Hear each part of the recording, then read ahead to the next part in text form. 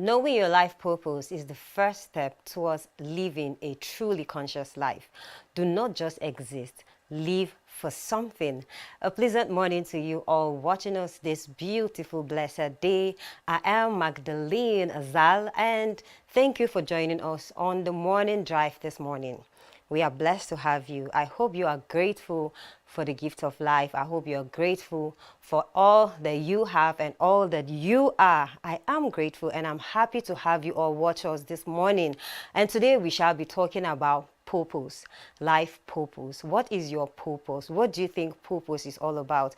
I would like you to, join the conversation by sending us your thought about purpose or living a purposeful life. Send in your contribution on Facebook as we are live and, so that we can get to know what your take is on purpose. As we go deep into it, I would say purpose is the reason for which something exists or is done. Definitely. When you have a purpose for something, or when you know why something is existing, then you will learn how to work with that. Let me say, if you find the reason why you are existing, you will start living. Definitely, you will start living. And same as when you find out the reason why you do something, you tend to do it better. Living gives you this fulfillment. It gives you joy. It gives you peace. It gives you happiness because you know why you are existing. So you will learn to live. But if you do not know why you're existing, your life will just turn out like you will just feel down. You won't even know exactly what you're doing. Your mind is not going to be in one place. So as you're living or as you're existing, learn to live. Learn to live, because when you're living, you have joy, you have peace. Like, the thing will just come to you just like that. So please send in your contribution even as we go into the program. And I would like you to know how to find purpose in life. I have some points here I would like you to know. And then develop a growth mindset. Having a growth mindset is linked to having a sense of purpose. Constantly growing and becoming a better version of yourself helps you identify your purpose and commit to pursuing it. A growth mindset also allows you to embrace challenges as opportunities, and then persevere in spite of failures, and also accept feedback and constructive criticism. Make sure you are visibly growing. When you're doing something, don't just think I'm growing in your mind. Don't think, okay, I'm doing this thing and I feel I'm growing. Let it be visible. Let people see that, okay, what you're doing is actually growing. And then when people try to criticize you, please be sure that the person is criticizing you is someone who also likes you, because there are some people who will just want to criticize you because they don't want you to feel happy about what you're doing. Be knowledgeable about that. So don't just accept any criticism, but also as a person, if you want to grow, you also need to give room for criticism too. People should be able to tell you, okay, you've done this and it's not good, you did that and it's not good. Some days you can just, things might not just be the way you would want it to be. And then somebody can come and meet you and say, oh, I saw you, why was this thing like this? Why was this thing like that? I'm not happy about it and all that. And then you'll be like, okay, thank you for noticing that. At least when you come back the next time, you will know what to do about it. But when somebody, you did your best and then you're happy about it, and because the person does not just want your progress in life, the person can just come and say, what was that? You didn't even do it well. So, and sometimes how people criticize you matter, or how you criticize people matter. You have to be careful about, because definitely life is vice versa. You criticize people, people criticize you also. So you have to be careful how you criticize people so that you don't bring them down. That is one point. Try to develop yourself and make sure it is visible. Don't just think it in your head that you're growing and then people are not seeing the growth. You have to grow, visibly. And then create a personal vision statement. That's having a goal. What is your goal in life? When you have a set goal, it will help you, work towards what you want to achieve. But if you don't have a set goal, you will just end up thinking, okay, I have this, I want to achieve this thing. How do you want to achieve that thing you want to achieve? You have to learn, you have to know it first before you think of, okay, this is what I want to achieve. And another one is, again, give back. Look for ways to be of service. You might want to volunteer in your local community or donate your money or skills to a cause that resonates you. Or try spreading a little happiness by performing random acts of kindness. It will not kill you. You know, when you're kind to people, like, it just makes you feel there's this thing it brings out from you. It just gives you that peace, that happiness. And trust me, when you're relaxed, when you have that happiness in you, it gives you the sense of purpose. It directs you to where you're going to. So please be kind to people. It doesn't take anything from you. Instead, it increases you. So you have to know that. Another thing, again, practice gratitude. So many times we don't practice gratitude because we are so used to the negative things happening around us, to the extent that we just feel, okay, since the thing has not come yet, I don't need to be grateful. Trust me, when you're grateful to God, when you're grateful for everything you have, you will definitely have more. So you have to be grateful for everything. And this just applies to all your life. It can be a job you're looking for. It can be a business you're trying to set. It can be anything that has to do with your life. When you are grateful for what you have right now, there are people who have like small shops, and then, you know, they just get intimidated by the people who are up there. You do not know what the person has gone through. So you can't really even say that the person, because you saw the person there, does not mean the person didn't climb some stairs or steps before getting there. So you have to also follow through your own process to get to where you're going to. So just be calm as you go to where you're going to. And then another thing is, turn your pain into purpose. We all face struggles in life. Overcoming these challenges shapes who we become and gives us our unique strength and perspectives.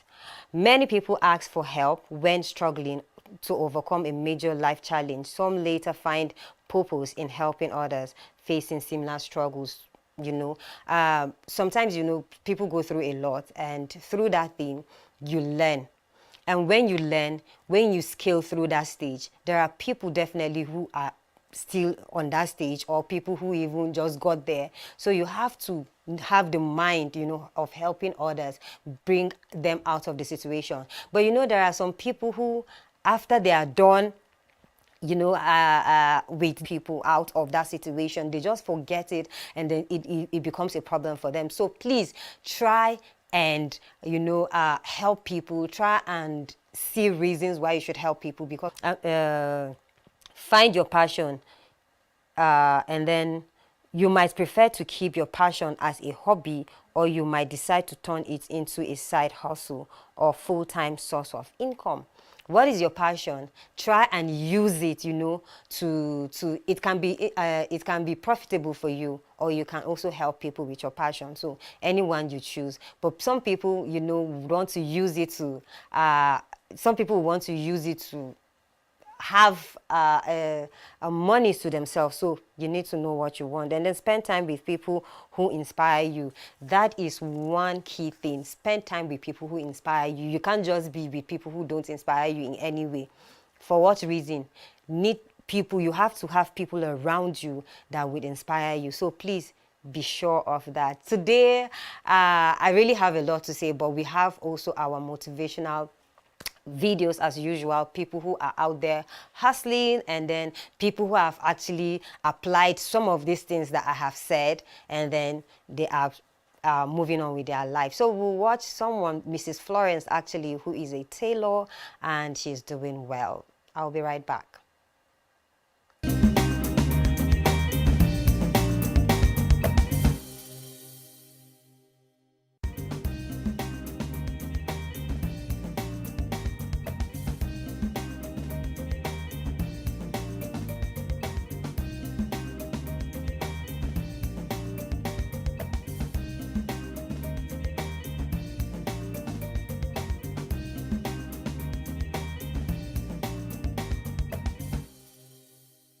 My name is Florence Emmanuel Longji.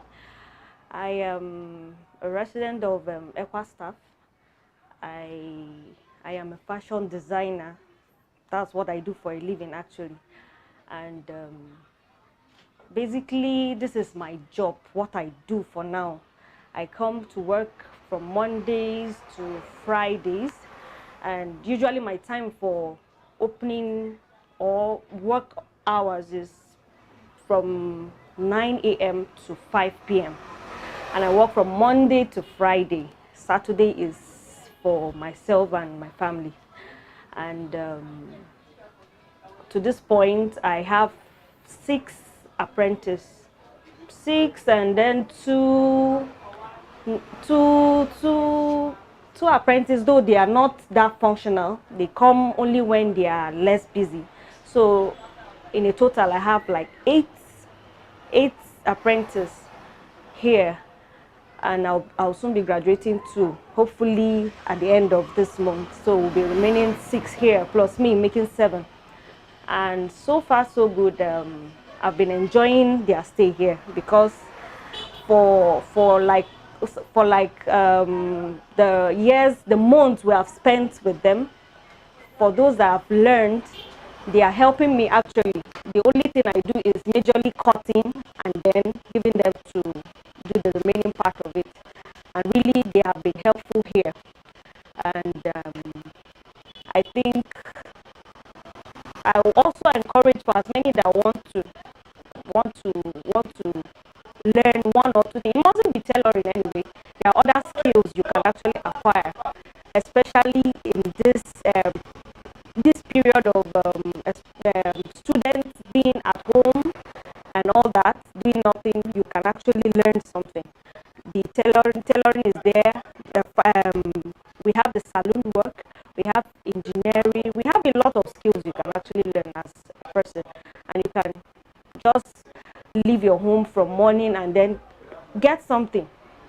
At the end of the day, you come back, you have added to your life something, and that you give later on at the end of the day. Basically, my challenges as a tailor,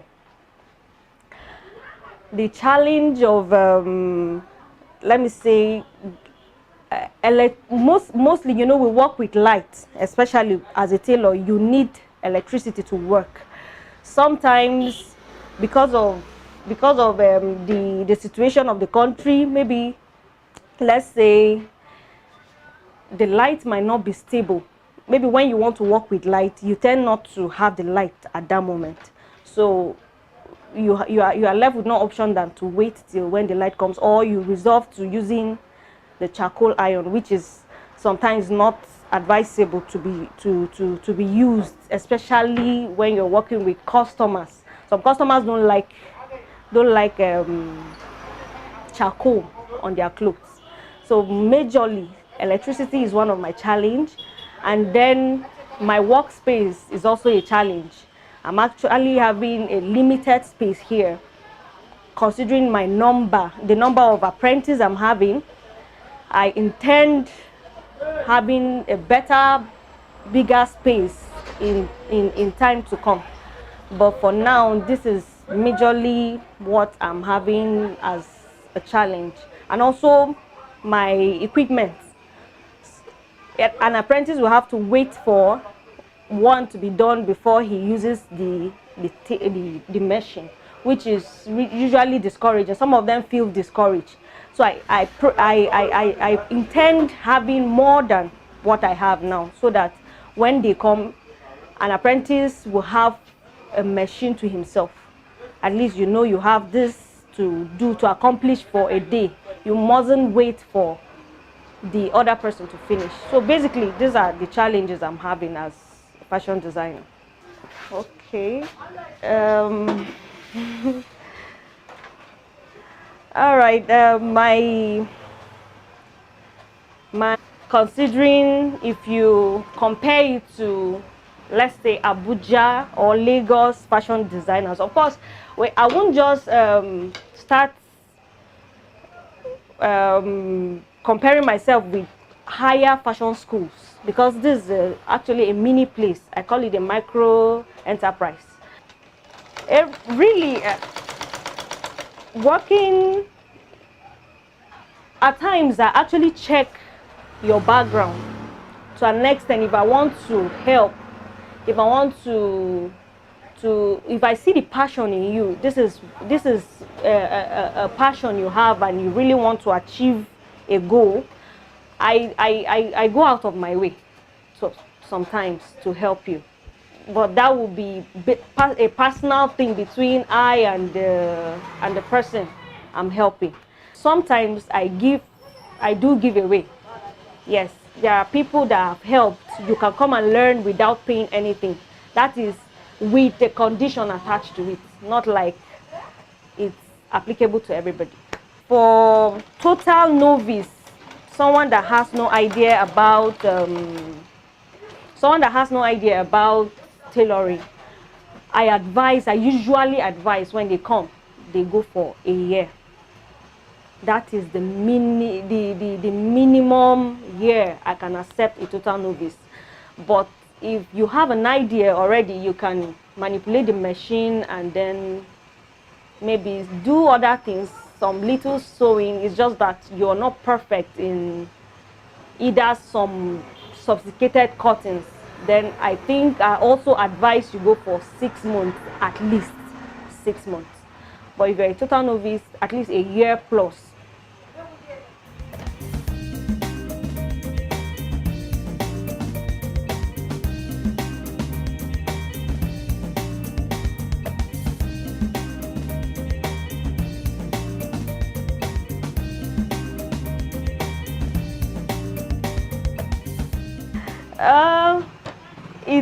Tailoring is a passion for me. I've been tailoring right from primary school. Yes, my mom has been a tailor, so that passion has been there.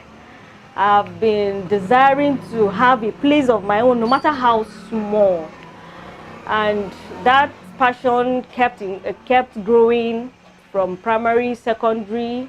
I remember the first dress I sewed. It was with a needle and thread for myself, and really it came out well. I had compliments from my friends, from people around me like that. So there was this zeal to keep doing it. And even at my tertiary institution, in my school, I was able to continue that zeal. Apart from studies, I had this other thing I do, like what complements the school, and really it has been helpful. Apart from studying, you have little things to buy as a student, and tailoring has actually covered that area for me. And I really want to see that as an added knowledge to me. And then I never knew it would even pay me as it's paying me now. I was just doing it as a passion, I just have love for it. But now I could see it is actually I think something that has been paying me even as I'm married now. And as a graduate, it's not like I don't have the qualification to go out there and look for an office work. The qualification is there, quite okay. But with the situation of things, especially in Nigeria that we are, you don't depend totally on any qualification. It is important, even if you have the skill, even if you have the knowledge, it's good to learn a skill. It's an advice to whoever is listening right now. It's important you get a skill, no matter how small. At times, our parents depended on salary and all that. Till now, there are still people that are depending on salary, but I want to encourage whoever is doing that, you should have a side hustle apart from your salary. Have multiple streams of income, like money is coming in here and there. It mustn't be at the end of the month. In a week, I can raise a certain amount and not necessarily wait till the end of the month or something. I meet my needs. Sometimes I don't wait for my husband to do it. I meet some needs at home, pending when he will receive his own salary. And really, it has been helpful at home.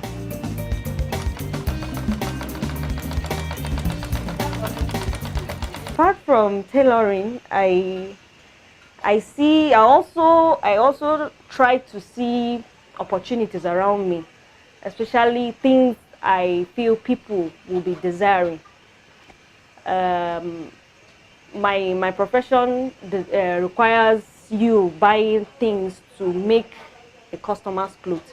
So I saw that as a need to start selling sewing accessories like the zip, lining, elastics, threads, you know, just to enhance my business. Money is also coming through there. If I don't get customer to bring a cloth, at least I have other people doing the same business like mine that will come and buy these things. And then if some of my customers comes around, they tend to want to, you know, look around and see what other things do you do apart from tailoring. And I saw that as also an important thing. That's why I also ventured in selling of jewelries and bags like that, just to make ends meet. If you don't do this, if you don't sew in my place, you buy jewelry. If you don't buy jewelry, you buy bags, you know. If you don't, you can't just come into my shop and just go like that. You have to buy something. So it's important you venture into see opportunities and meet them, and really you won't regret meeting opportunities because they meet your needs also as a seller. So basically that is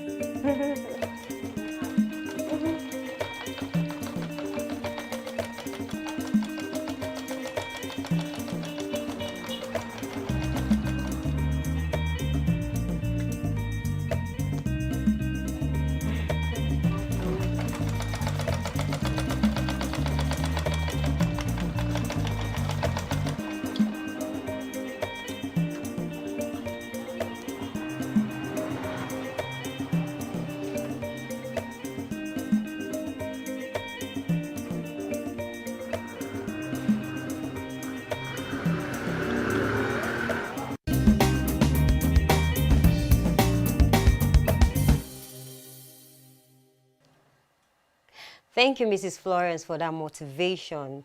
Get yourself multiple streams of income at least, so that you will not be stranded in life. Our time has, you know, been fast spent. And then, but before I go, I will leave you with this. Knowing or following your purpose can be scary because it's one of the most difficult things to understand what it even means in the first place. And what you do not understand cannot make any sense to you. But the only way to unlock the understanding of purpose is through prayer and careful listening to the spiritual response before actions.